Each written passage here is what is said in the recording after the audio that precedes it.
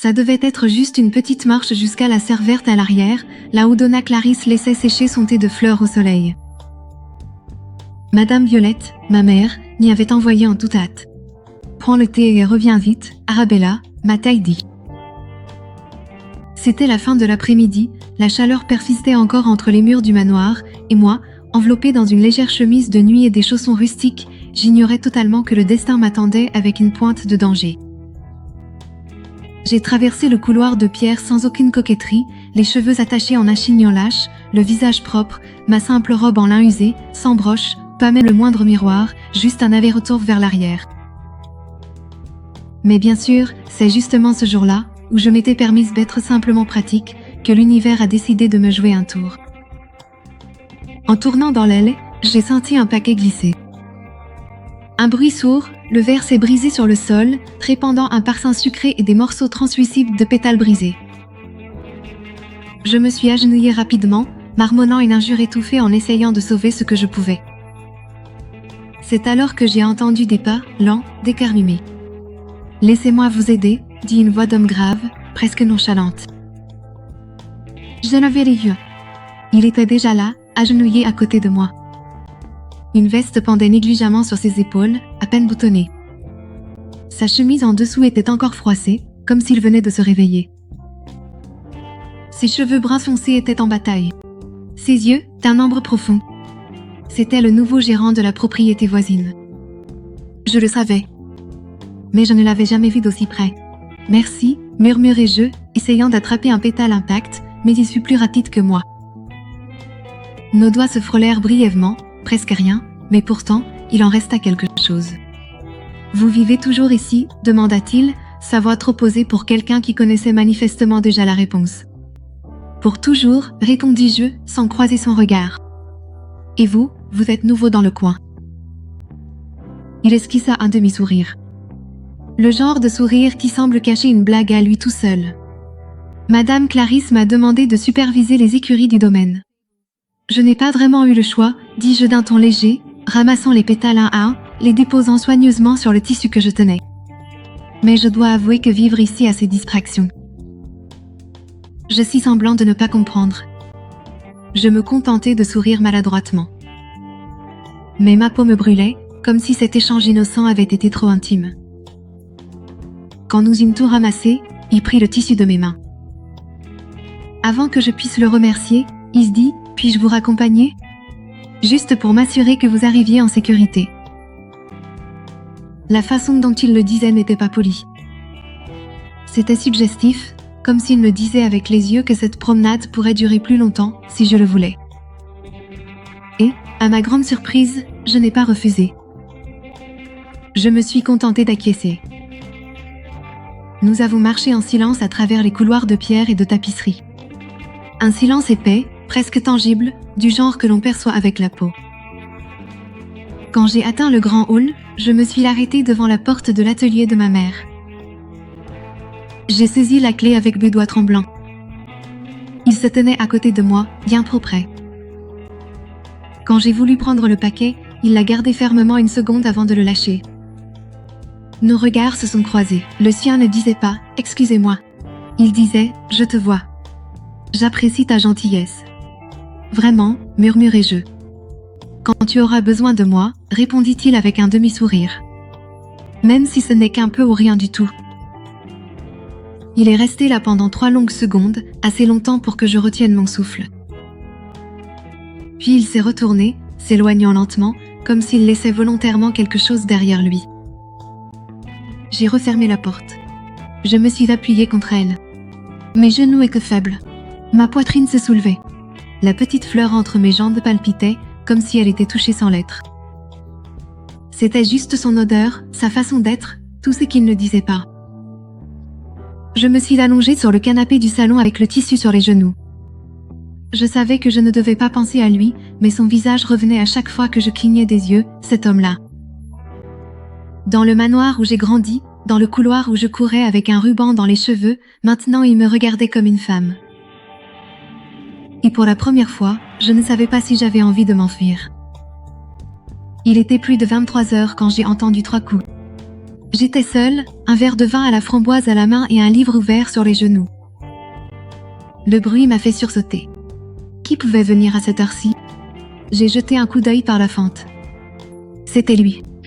Ses cheveux étaient encore humides, sa veste avait disparu. Juste une chemise noire collée à sa poitrine et un pantalon ample. Un voile de sueur sur son cou. Ses yeux étaient plus sombres qu'avant. « J'ai oublié quelque chose ici », dit-elle d'une voix rauque. Elle souleva le tissu où restaient les pétales séchés. C'était par terre. Je ne m'en rendis compte que maintenant. Je le pris délicatement, nos doigts se touchant à nouveau. Il ne s'écarta pas. Il resta une seconde de plus. Quand nos regards se sont croisés, le couloir a perdu tout son air. « Tu veux entrer un instant ?» Juste pour ne pas attirer l'attention du voisinage. Je ne sais pas pourquoi je l'ai invité, mais il a accepté sans rien dire. J'ai refermé la porte lentement. Il est entré à pas feutrés. Nous nous sommes retrouvés face à face dans la lumière tamisée de la pièce. Moi, en chemise de nuit, mon corps exposé sous la lumière de la lampe. Lui, avec son regard perçant. « Il est tard », murmurai-je. « Je sais », dis-je en marchant vers la fenêtre. « Et toi, tu n'arrivais pas à dormir ?» Quelque chose me tracassait. Je me suis adossée au mur. Mon cœur battait au rythme du frisson qui montait en moi. Il se détourna le visage. « Tu as toujours été comme ça ?» demanda-t-il, comme s'il parlait de la météo. « Distraite et dangereuse ?» Je restai sans voix. Mon corps répondit à ma place. La petite fleur se resserra sous le tissu léger. Ma respiration se coupa. Je ne suis pas dangereuse. Si, tu le laisses. Mais tu fais bien semblant. Il s'approcha, à une demi-main de moi. La chaleur de son corps m'atteignit avant son contact. Il tendit la main, effleurant mes cheveux. « J'ai toujours voulu savoir quelle était ta texture, » murmura-t-il. « Maintenant, je veux savoir à quoi ça ressemble, le reste. » J'ai fermé les yeux, juste un instant. Quand je les ai ouverts, il était toujours là. Et j'étais sur le point d'y aller, mais un craquement provenant du sol à l'étage a brisé l'atmosphère, un rappel du danger.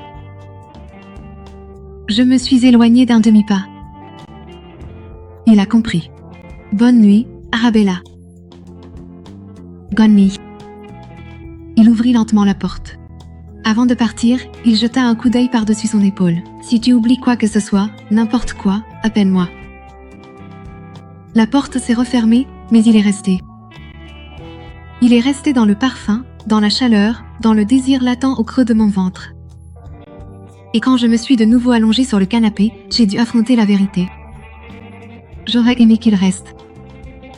Et, toi qui écoutes mon histoire, n'oublie pas de liker la vidéo et de t'abonner à la chaîne.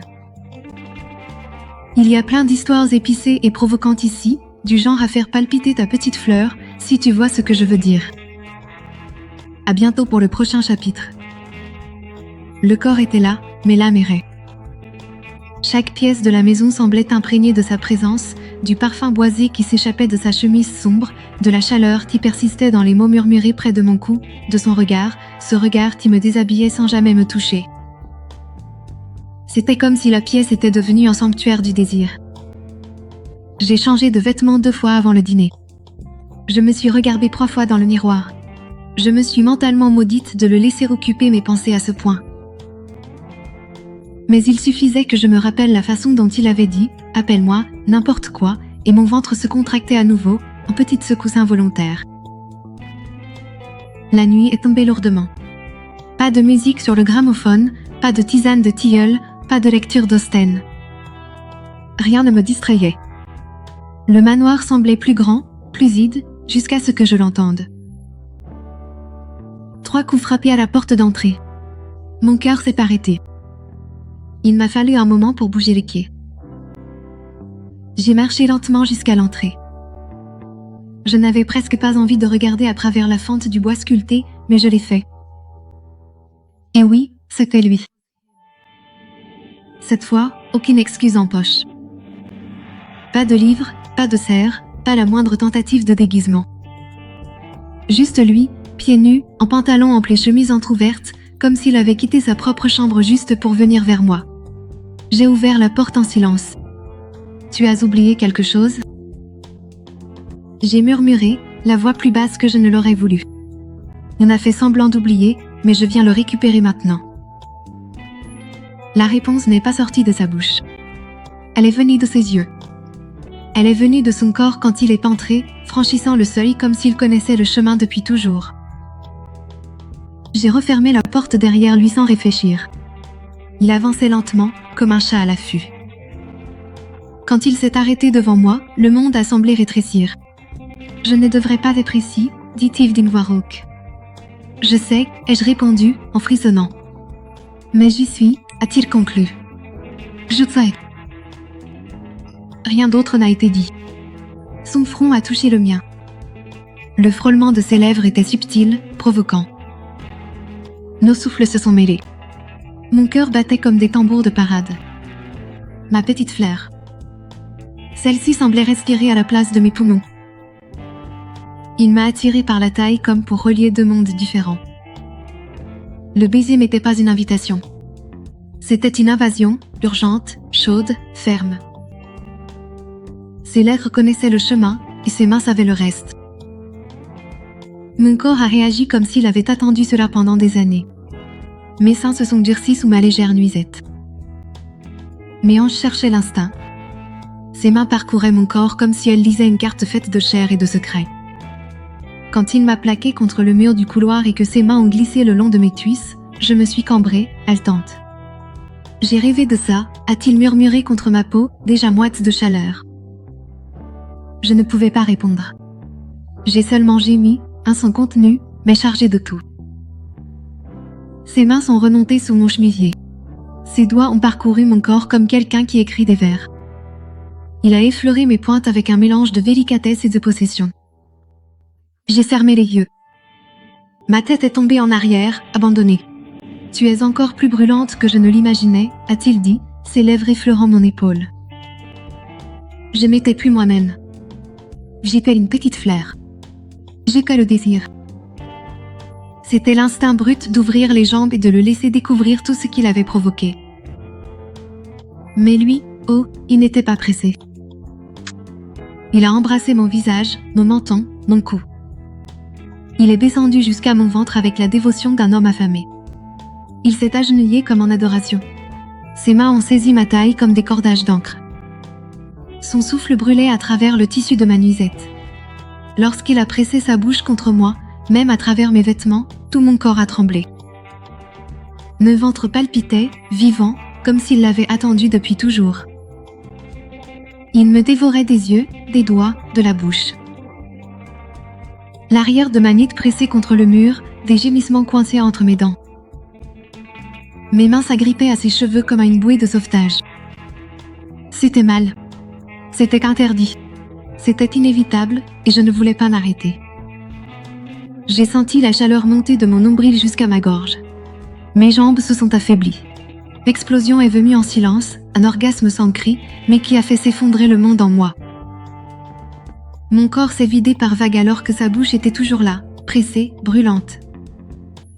Quand j'ai ouvert les yeux, il était encore à genoux, se léchant les lèvres avec gourmandise. Il me fixait d'un regard qui disait « Tu n'oublieras jamais ça », et c'était vrai. Il vivait désormais dans mes soupirs. Il était le nom que je ne pouvais pas prononcer, le corps que ma peau suppliait de se rappeler. Le lendemain matin, le soleil s'est levé pareil, mais rien n'était plus pareil. Mon corps me faisait mal comme si j'avais dansé toute la nuit. Ma poitrine se serrait sous le poids de la culpabilité des choses interdites. Peut-être que j'avais franchi une limite, ou plusieurs. Mais ma petite fleur souriait encore, silencieusement satisfaite. Et, toi là, qui suis tout ça? Dis-moi, qu'est-ce que tu ferais à ma place? Laisse ton commentaire ci-dessous et dis-moi ce que tu as pensé de ce chapitre. Ça commence à chauffer, non? Prépare-toi, il y en a encore. J'ai essayé de garder ma routine. J'ai essayé de descendre prendre le thé du matin comme si Edmond ne m'avait pas dévoré des yeux et de la bouche la veille au soir, comme si je ne m'étais pas vidée de toute pudeur pour me remplir de lui, là, contre le mur du couloir de service de l'aile et du domaine. mais peu avait changé. Même les miroirs du manoir semblaient me juger du regard.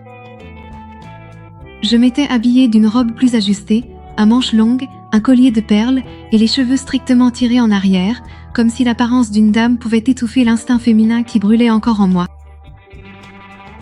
J'ai traversé le jardin intérieur, la tête baissée. J'ai salué la cuisinière avec un sourire forfait, espérant qu'elle ne sentirait pas encore son parfum accroché à ma peau. Dans la serre où il s'occupait habituellement des plantes, il n'y avait aucun signe, aucun bruit sur le chemin de gravier, aucun grincement de la porte vitrée. Pendant un instant, j'ai cru que tout cela n'avait été qu'un produit de mon esprit en manque.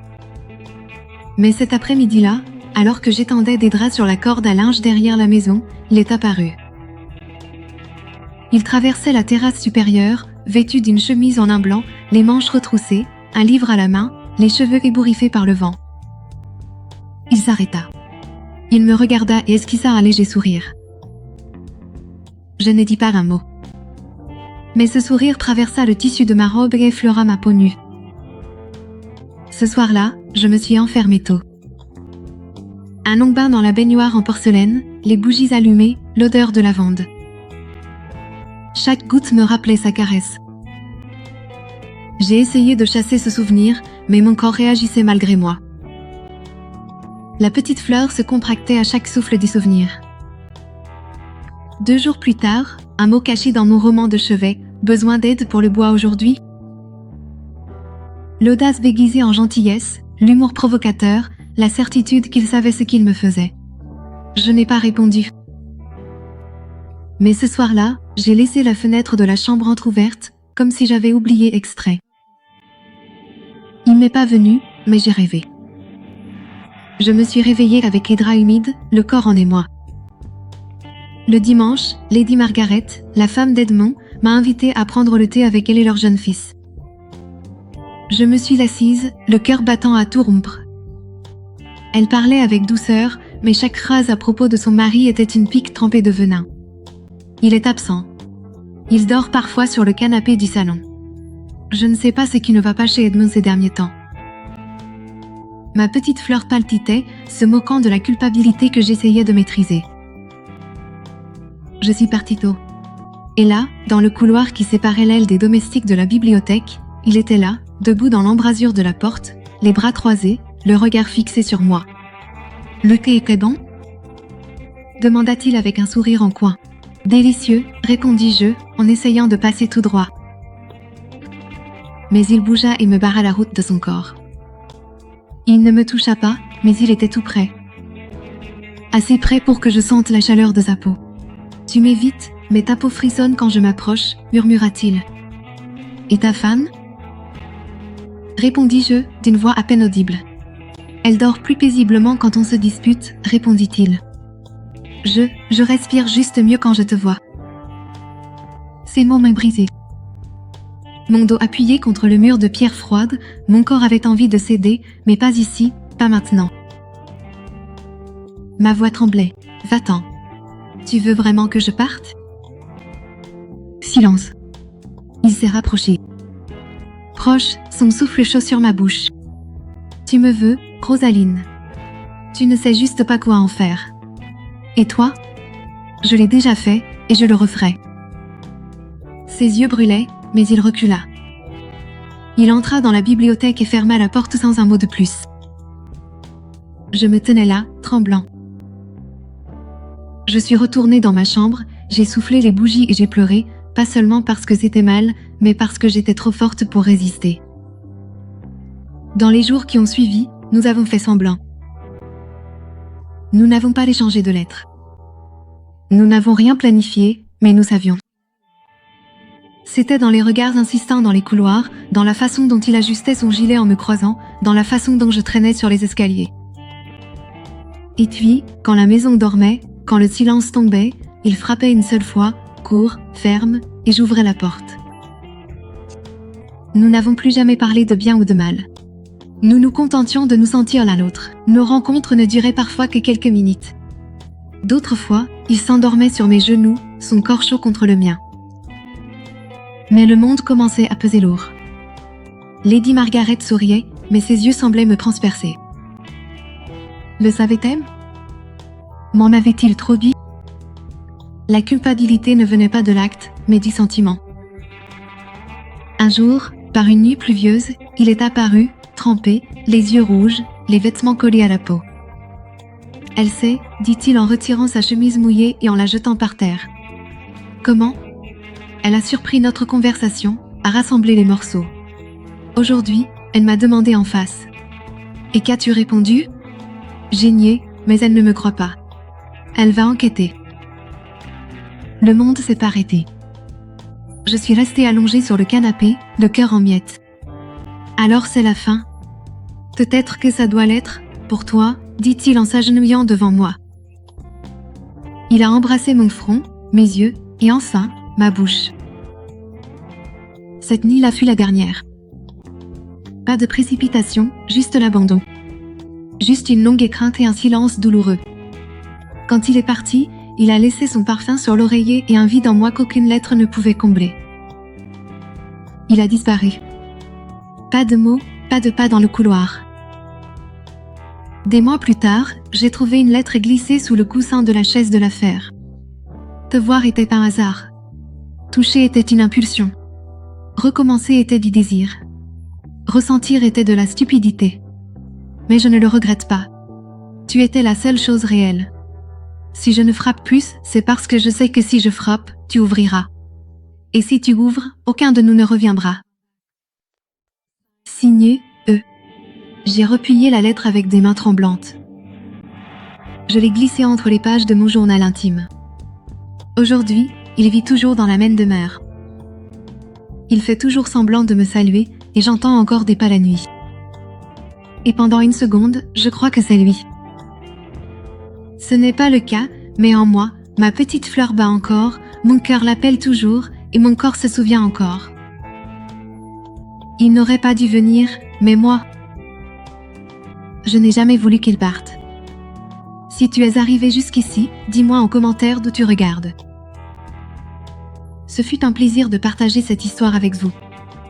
Si elle t'a plu, dis-le-moi en commentaire. Et bien sûr, n'oublie pas de liker et de t'abonner à la chaîne.